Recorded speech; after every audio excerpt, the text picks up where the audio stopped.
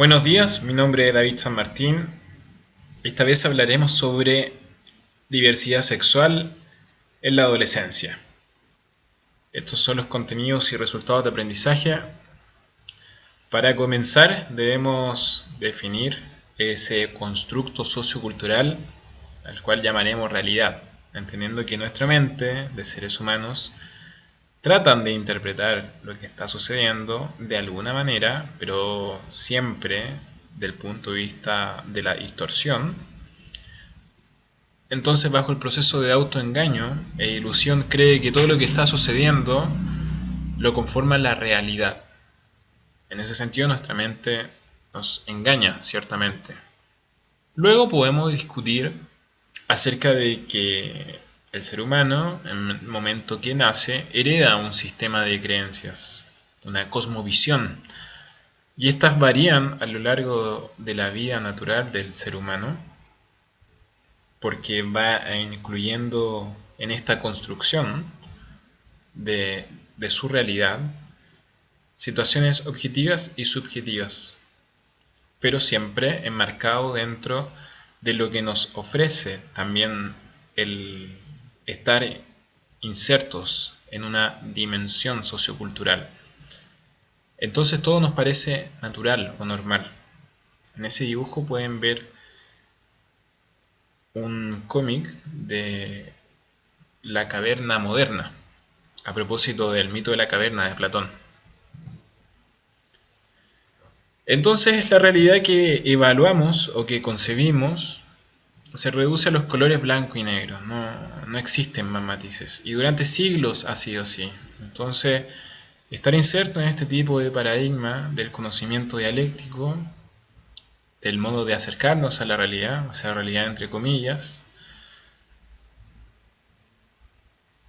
pone en la palestra pares de elementos que se contraponen. Por ejemplo, la razón versus la emoción, la cultura versus la naturaleza, la mente versus el cuerpo, lo masculino, lo femenino, el sujeto y el objeto.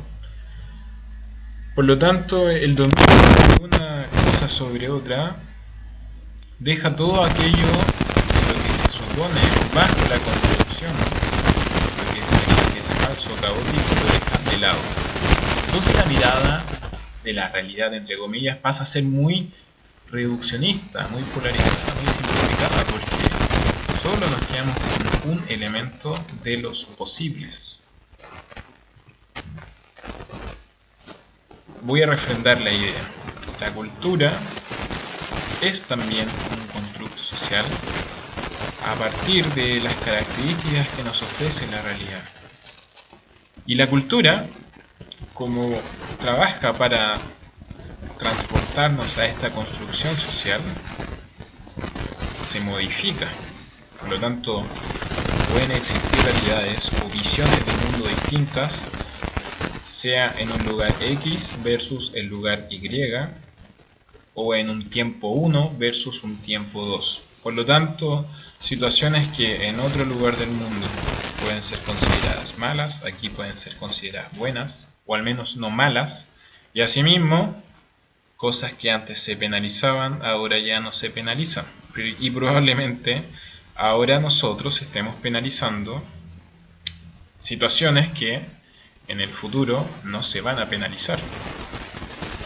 ¿De qué forma la cultura se entromete en nuestra creación de la realidad? Que es imposible no poder abstraerse de construir la realidad. El ejemplo, voy a poner dos ejemplos: Walt Disney y todo lo que ofrece se inserta en nuestra vida. Tanto así que podemos tener vasitos con diferentes figuras que vienen de la marca. O también puede suceder con religiones. Distintos dioses, santos, vírgenes conviven con nosotros en nuestro espacio de manera de venerarlos o hablar con ellos.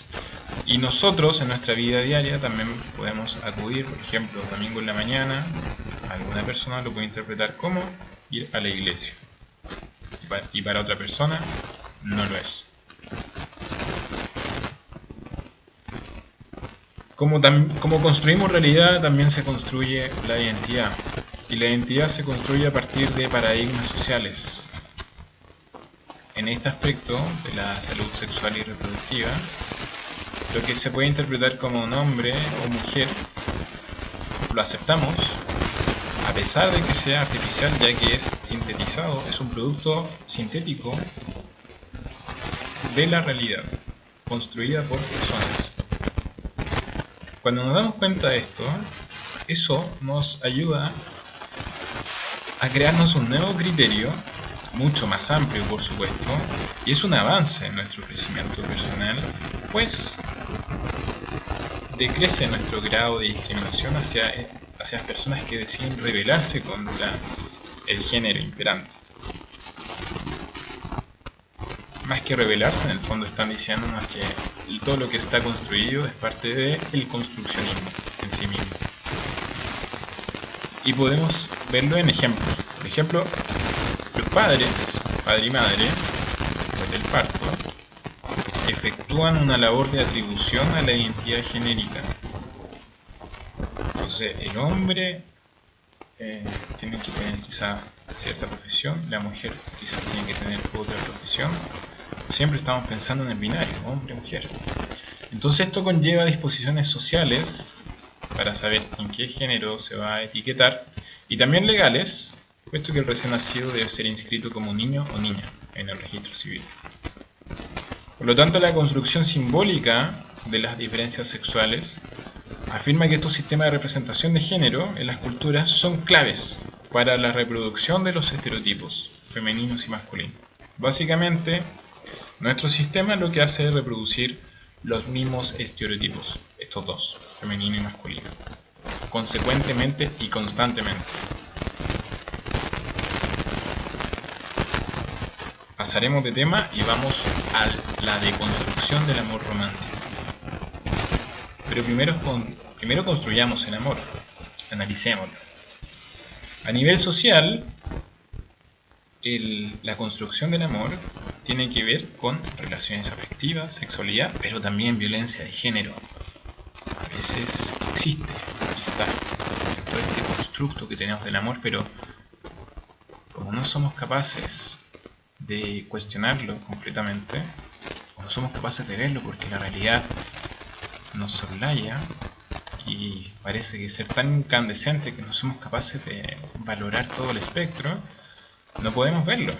Y la violencia de género nos muestra situaciones urgentes de ser abordadas en el marco del supuesto amor. Recordemos que las estadísticas mencionan que cada vez la violencia de género es más precoz. Y esta situación nos pone en el campo, como profesionales de la salud, en el campo de la prevención y la coeducación, la promoción, de modo de intervenir para erradicar o disminuir estas formas de violencia. La violencia de género en la adolescencia puede ser muy distinta a la adulta. ¿Por qué? Porque el adolescente versus el adulto tiene distintos niveles de socialización, están en distintos momentos de la vida, como hemos hablado en otras clases, tienen distintas representaciones sociales también. Entonces, para tratar la violencia de género del punto de vista de la salud, debemos introducir en este mix, en todos estos elementos que tenemos que poner sobre la mesa, lo que pasa en la adolescencia. Entendiendo también que la violencia de género es transversal. Puede existir en cualquier clase social, cualquier lugar, cualquier identidad sexual, y también puede presentarse de múltiples maneras. Para determinar las relaciones de dominación y la violencia desprendida de este tipo de relaciones, sobre todo a esta edad, donde los conceptos de realidad están muy adosados a la precocidad de la vida, a la adolescencia, muy pocos años de experiencia. Entonces todo esto viene a propósito de el amor romántico, porque en el imaginario está este concepto, el amor romántico, Y el amor romántico fomenta distintos tipos de cosas. Por ejemplo, los roles diferenciados entre hombres y mujeres, que van de generación en generación. Y tampoco el amor romántico es ajeno a la socialización, sino que se impulsa y se sostiene por ella. La construcción social de este tipo de amor crece desde lo patriarcal, desde las esferas de poder, porque sus bases, es decir, desde donde se crea, es la desigualdad de género, la discriminación hacia las mujeres, la sumisión de las mujeres y la heterosexualidad como única forma de relación afectivo-sexual. Vale decir, penaliza o no incluye a las otras formas de expresar relación afectivo-sexual. Por lo tanto, la búsqueda de nuevas formas de amar se presenta como un instrumento de transformación en las relaciones de género, como un reto nuevo en la futura sociedad. El amor romántico se asemeja mucho a la religión, que tiene muchos rituales, tiene mucha mitología. Tratamos de idealizar ciertas situaciones que van a pasar en nuestro amor romántico y que en verdad no suceden. El amor romántico heterosexual se presenta como una causa o el requisito para acceder a eso llamado matrimonio y a la familia posterior y a los hijos. Entonces, en la actualidad es un dispositivo de consumo, dado que las familias, la construcción de una familia, tiene su capacidad adquisitiva, tiene capacidad de ahorro, como una microempresa. Sí. De hecho, los bancos lo ven así. Es distinto pedir un crédito hipotecario a persona sola versus alguien que esté casado o casada. El amor romántico es un instrumento también de control social, que a través de sus extensiones, el matrimonio, la familia, el propio amor que vocifera, despoja a estas tres anteriores, el amor, el matrimonio y la familia, de sus dimensiones sociales, políticas y económicas, y las sitúa solamente en lo emocional, en lo individual. Porque parece muy seductor el amor romántico, pero es un engaño. Estamos matando el amor. Las industrias culturales también nos inundan de la falacia del amor romántico, con sus contenidos de ficción. El amor romántico sigue siendo representado como una salvación para las mujeres. El matrimonio romántico, con las metas que se deben alcanzar, como una fuente de seguridad, de estabilidad, de felicidad perenne, eterna, hasta que la muerte los separe. Y las personas siguen este modelo bajo la seducción voluntaria, debido a su atracción, sin percibir que es una utopía, que nace de la emocionalidad. ¿Qué es lo contrario al amor romántico? El amor confluente, ya que, y no es necesariamente heterosexual ni monógamo, en el sentido de la exclusividad sexual. Recordemos que para que la exclusividad sexual dentro del amor confluente tiene un papel en que ambos deben juzgarlo como deseable o esencial. Por lo tanto, el amor confluente tiene su idealización en la relación pura como concepto, no necesariamente con todos los ideales del amor romántico. El amor confluente solo se desarrolla hasta el grado en que cada uno de los miembros de la pareja esté preparado también, puesto que tiene muchas libertades y situaciones que deben ser tolerados y aceptados por ambas partes. Bullying, para finalizar. Bullying es el comportamiento agresivo, repetitivo, intencional que comete el acosador hacia la víctima. Y el acosador tiene una diferencia de poder con la víctima. Se ha escrito largamente sobre los efectos negativos de esta intimidación, del bullying, en términos mentales y físicos, que son formas de maltrato. Y la discriminación también es una forma de maltrato, quizás más invisible, pero tiene un componente violento. Se da a diario, de manera incesante, y su repercusión es tan negativa como terrible. Existe evidencia de la relación causal entre la victimización por bullying, problemas de salud mental y el uso de sustancias. Y también sobre la victimización y otros problemas de salud psicosociales adversos.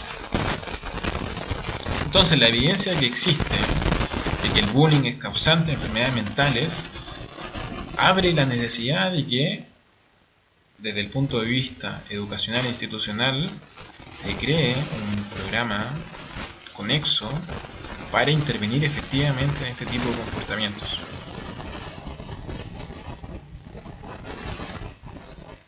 En nuestra realidad, como profesionales de la salud, también sucede. Este es el resumen de un documento que habla del bullying que puede surgir en centros de salud. Este artículo habla de que entre el 20 y 25% del personal de enfermería experimenta comportamiento de intimidación. Solamente se hizo con profesionales de enfermería en el Reino Unido. Y las principales perpetradoras son enfermeras y o el personal de planta, es decir, aquellas personas que están con contrato de planta, es decir, son parte institucionalmente, no tienen que renovar su contrato constantemente, anualmente. ¿Y a quiénes intimidan? A estudiantes o nuevos miembros del personal. Y esto provoca, al igual que en la etapa de la adolescencia, angustia, depresión, y hasta en un 25% de los acosados dejan su trabajo, la profesión, o dejan de estudiar incluso. Y esto lleva también a un impacto en la atención del paciente. El silencio, la inacción, es decir, no hacer nada, invisibilizar este tipo de problemas que ocurren en centros de salud, o pueden ocurrir en campos clínicos, permite que este comportamiento persevere. Por lo tanto, debemos instigar una política de tolerancia cero a este tipo de situaciones y el tratamiento oportuno cuando ocurre una víctima debido a este tipo de situaciones. Muy bien, eso ha sido todo. Ahí tienen la bibliografía. Cuídense, adiós.